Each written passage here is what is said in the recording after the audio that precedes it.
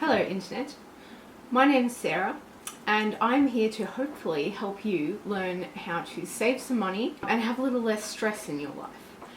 For ages I've wanted to start a YouTube channel that is about budgeting and saving money because I know what it's like to have pretty much absolutely no money at all. And I know the kind of stress it can cause, and I see plenty of families out there who are just so stretched with all the school activities you got to pay for, two parents having to work, like the increased cost of living. And I have certainly, through my own personal experiences, developed a few key things over the years that have really helped me. And I wanted to share them with the world because I really think that I can help some people out there. Some of these things you might already do or know about and don't want to do, and that's fine. Some of them might be amazing revelations to you. So let's just go on this journey together and see how we go. So just a little bit of background about me and why I am qualified to talk on this topic. So probably the time in my life that I struggled the most financially. I live in quite a seasonal town. It's in the snowy mountains of Australia, and so during the winter there is an abundance of work. However, coming into summer and spring, and even autumn, the workload tends to drop a bit. I was working at a campsite and it completely shut down the entire thing at the end of winter. And so I lost my job, and coming into the warmer months it was very hard to find a new one. Because of a bit of a, I don't even know how to put it, a thing with Centrelink, I couldn't get anything, no government support whatsoever. So I was just left to fend for myself. So I managed to get a job cleaning, and that earned me $80 a fortnight. That was my entire income. Now, I didn't have children or a partner at that stage, so it was just me. But yes, I was living off $80 a fortnight. Now, I was in the very fortunate situation of not having to pay bills or rent because I was still living at the campsite that shut down, and they allowed me to keep living there as someone to oversee it while they were trying to sell it. And as, I guess, payment for that, I didn't have to pay bills or rent. So $80 covered my phone, my car, my food. I still had a sponsor child at that stage that I was supporting, and then just anything else. So, you know, if I needed new clothes, anything. As you can imagine, it was a challenge, but I survived it, and reasonably well. Moving on from there, me and my husband got married in 2008. So memorable. Yes, so me and my husband got married in 2008, and first year was pretty good. We were both working, and then we decided to travel around Australia to, he's a musician. Musicians are often very poor, and we certainly experienced that. We travelled up the sort of east coast of Victoria, New South Wales, just sort of trying to launch his music career a little bit. We didn't really know what we were doing. Again, we didn't get any government support because we weren't out of work for any legitimate reason. We were just trying to get into this music thing. I actually ended up working online, typing up medical reports, so that was fantastic because it meant that I could take my work with me wherever I was, but it didn't pay very well, especially at the start. The first couple of weeks I was earning $5 an hour. Towards the end of my career I was earning about $20 an hour, so it was, you know, it was fine for an income, but that wasn't until much later on. So we really had no money then. We survived. Fast forward a few years, we had our first baby. Very magical time. Maybe we didn't plan, the timing wasn't the wisest thing I have ever done in my life. I am someone who actually plans out a lot and puts a lot of logic into everything I do. This was not one of those things because my husband was just finishing his teaching degree, but he wasn't quite finished by the time she came along.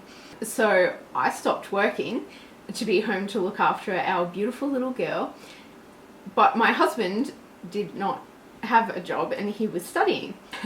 I was getting government support, so that was a little bit of money, but anyone who's received that knows that that's probably not enough for 2 adults and a child to live off. My daughter's first birthday, her birthday present was something that I got on clearance from Woolworths. I think it was about $1. And it was wrapped in newspaper that we got for free from the news agency, you know, when they're chucking out their old newspapers that they haven't sold. Where we are now is my husband works full-time as a teacher. I have 4 children now, ranging in ages from 9 to almost a year and a half. We survive very comfortably on my husband's wage, which is, just to give you an idea, it's well under $100,000 for the year, and with the amount that tax gets taken out, he brings home like maybe $60,000 a year in what we actually receive. With the budgeting that I have just made a normal part of my life over the years, we certainly don't feel like we're missing out. I personally feel like we have an abundance of money. Now, most people living on a single income, especially in the amount that we have, would probably feel like they were in dire straits. I know there's a lot of families out there who are earning a lot less than that. It is really nice to feel like you have enough money. And I've learnt over the years that actually has less to do with how much money comes into your bank account and more to do with how you spend it and how you look at it. So let me give hope and reassurance out there to those of you who are struggling financially. I want to be able to give you some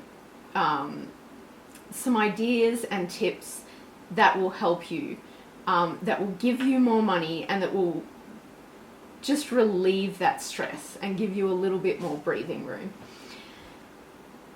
So this is just an introductory video to explain who I am and what I'm doing. So in this, I just wanted to give sort of 3 key points to keep in mind when watching all the subsequent videos that I do after this. The first is the most important. Do what works for you and your family. I can give you tips that have worked for me over the years, and hopefully they will work for you. But I am not you, I am not in your position, and I do not have, you know, your same mindsets, your same circumstances. Your children are going to be different to mine if you have children. Just because something has worked for me, it does not mean it works for you. And there are some things that will work for me, which you might hear and go, I could do that, but I actually really don't want to.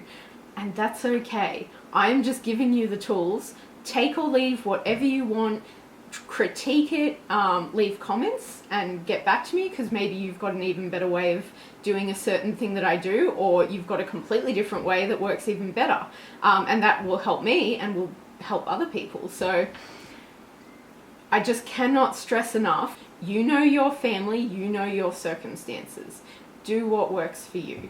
However, in saying all that, do just keep an open mind. Sometimes I have heard certain suggestions and I think, oh, that would never work. And then I've tried them and been shocked to discover that they do actually work. So there might be some things that I suggest where you think, I don't think that's for me. Just be open-minded to give it a go. And if it doesn't work for you, yeah, chuck it out, don't worry about it. But it might. So just keep an open mind. The second thing, don't underestimate the value of $1. When I've worked with other people with budgeting over the years, I will suggest certain things and it might only save them $1 or $2 that week. It might not seem like a lot, but over time that accumulates.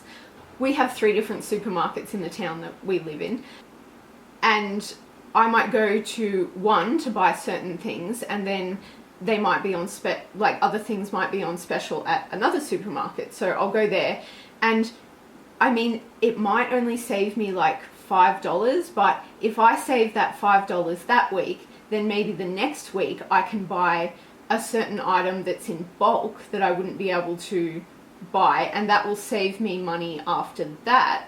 And that money, it kind of accumulates on itself. So even if you're only saving $3 a week to start with, you will be able to grow that into saving more with the tips that I'm giving you. So do not underestimate the value of $1. To me, $1 is a significant amount of money. And you know, that could be the difference between your kids being able to go on a certain excursion or not. Some of my daughter's excursions are only $3 because you need to pay for like the bus fare or whatever. Some people just actually do not have $3. And I know what that's like. People will look at it and go, oh, it's only $3. If you don't have $3, you can't make that magically appear. You just don't have $3. So if you save $3 one week on your shopping, or you've saved $1.50 here and $1.50 there, you've got the money for your child to be able to go on that excursion. And it's a small amount, but it does make a difference. Please appreciate the value of $1. The third thing, and this may be the hardest thing for some people, is you may just need to reconsider some things that you've just accepted as normal, just in your life and in society in general. And I'll give an example.